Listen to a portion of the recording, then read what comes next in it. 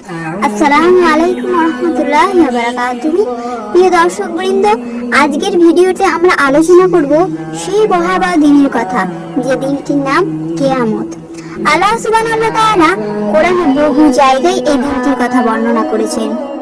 আল্লাহ তাআলা বলেন, হে মানুষ, তোমরা তোমাদের প্রতিপালককে ভয় করো, নিশ্চয়ই কিয়ামতের ভূমিকম্প একটি ভয়ানক বিষয়। সূরা হজ আয়াত নম্বর 1।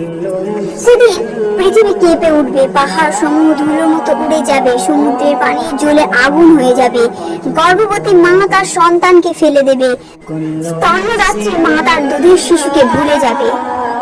মানুষ হবে দিশেহারা, কেউ নিজের মায়ের খোঁজ নেবে না, কেউ ভাই বোনের খবর নেবে না। সেদিন সবাই শুধু বলবে, আমি কিভাবে বাঁচব। মানুষকে এক বিশাল ময়দানে একত্রিত করা হবে, সূর্য মাথার উপর আনা হবে, মাত্র এক বর্ষার দূরত্বে। মানুষ ঘামে ডুবে যাবে, কারো ঘাম গোড়ালি পর্যন্ত, কারো হাঁটু পর্যন্ত, কারো বুক পর্যন্ত, আবার কারো পুরো শরীর ডুবে যাবে ঘামে। আল্লাহর সামনে সবাই দাঁড়াবে, প্রত্যেকটা ছোট বড় কাজের হিসাব দিতে হবে।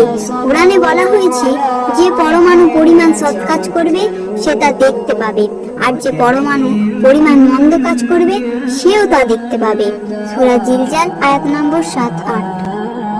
সেদিন মানুষ তিন ভাগে বিভক্ত হবে। এক, মুমিনগণ, যাদের আমল ভালো হবে, আল্লাহর রহমতে তারা জান্নাতে যাবে। 2 নম্বর, কাফের ও মুনাফিকরা, তাদের জন্য থাকবে জাহান্নামের ভয়াবহ শাস্তি। 3 নম্বর, যাদের আমল মিশ্রিত, তাদের আল্লাহর দয়া ও ক্ষমার উপর নির্ভর করবে।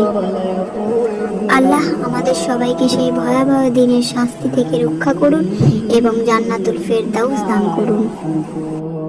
প্রিয় ভাই ও বোনেরা, কিয়ামতের দিন থেকে বাঁচার একমাত্র উপায় হলো এই দুনিয়ায় আল্লাহর অনুগত করা, নামাজ কায়েম করা, কোরআন ও সুন্নাহ অনুযায়ী জীবন যাপন করা।